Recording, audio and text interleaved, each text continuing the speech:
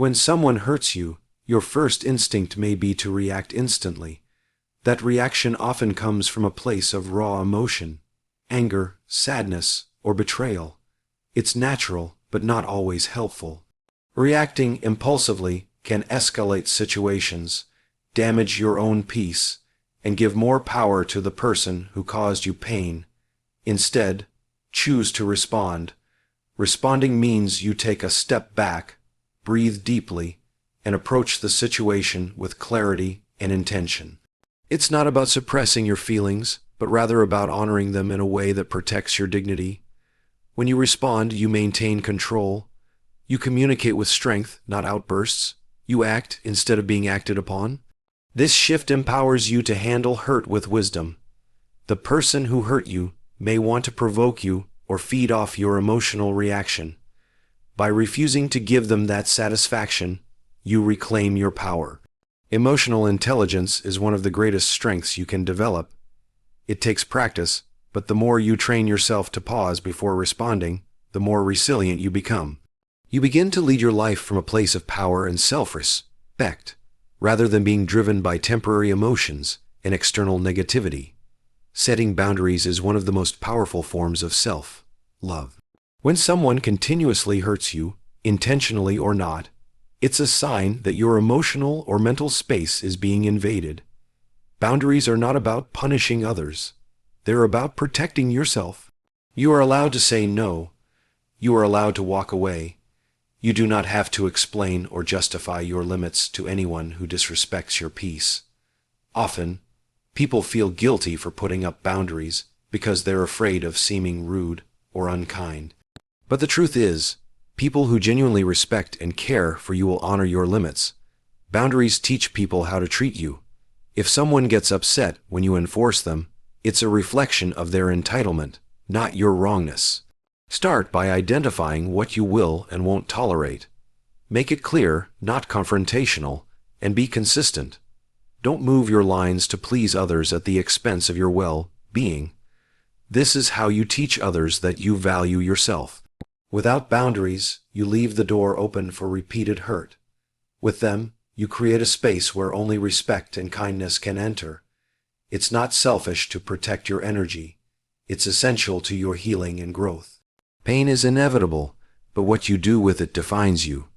When people hurt you, it can feel like everything inside is crumbling.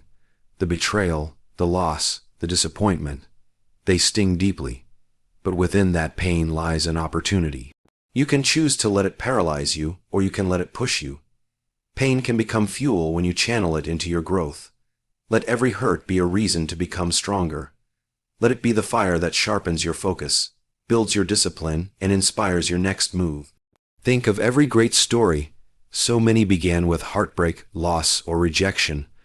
What turned it into triumph was how the person responded. Turn your wounds into wisdom. Learn, adapt, rise. Focus on your goals. Pour your energy into your dreams. Let your success whisper, "You didn't break me." Not for revenge, but for redemption. When you shift from victim to victor, you stop waiting for apologies or closure. You become your own solution.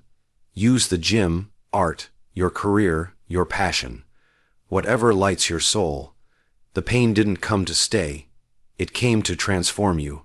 And when you use it as fuel, you move forward not in spite of the hurt, but because of it. It's easy to internalize the pain others inflict on you. When someone disrespects, rejects, or betrays you, a part of you might wonder, what's wrong with me? But the truth is, their actions are not a reflection of your value. They're a reflection of their own limitations, pain, or immaturity. Just because someone failed to see your worth doesn't mean it's not there. Detaching yourself, worth from someone else's behavior is essential for your emotional survival. You are not what they did to you. You are not their anger, their lies, or their neglect. When you allow others to define you, you hand them control over your identity. Take it back. Reclaim the truth about yourself. You are worthy of respect, love, and peace, regardless of how someone treated you. Start affirming yourself. Speak truth over your life. Surround yourself with people who uplift, not diminish. Your value is not negotiable. It's not up for debate. It's not based on how others treat you. It's based on who you are. And who you are is not broken. Who you are is not small. Never forget that people act from their own reality. Their cruelty is their issue, not your identity. You deserve better. Forgiveness is one of the hardest things to give, especially when the wounds are fresh. It can feel like you're letting the other person off the hook, or minimizing what they did. But true forgiveness isn't about them, it's about you. It's about refusing to let their actions continue to poison your present. Carrying hate and resentment is like holding a burning coal. It only burns the one who holds it. Forgiveness is how you release that pain. It doesn't mean you forget what happened or invite them back into your life. It simply means you are choosing peace over bitterness. You no longer want to be emotionally tied to someone who hurt you. That's real power. Forgiveness sets you free from the emotional chains of the past. It helps you move forward with clarity and lightness. Some people will never apologize, and you must make peace with that. You can't control their remorse, but you can control your own healing. Let go not because they deserve it, but because you deserve peace. Release the anger, not because it didn't hurt, but because you refuse to keep reliving it. Forgiveness is your gift to yourself. It's how you take your power back. When someone hurts you, you may want to erase it, forget it ever happened, and move on as quickly as possible. But healing doesn't mean forgetting. It means remembering the lesson without carrying the weight of resentment. Every painful experience teaches you something about people, about yourself, about life. Don't throw away the lesson just to forget the pain. Instead, let that experience sharpen your intuition. Let it guide your future decisions. When you remember the lesson, you build wisdom. You become more resilient, more aware, and less likely to fall into the same traps. But holding a grudge keeps you stuck. It traps you in a loop of bitterness and emotional exhaustion. The difference between remembering and resenting is mindset. One helps you grow, the other keeps you angry. You can remember what happened, acknowledge how it made you feel, and still choose to rise.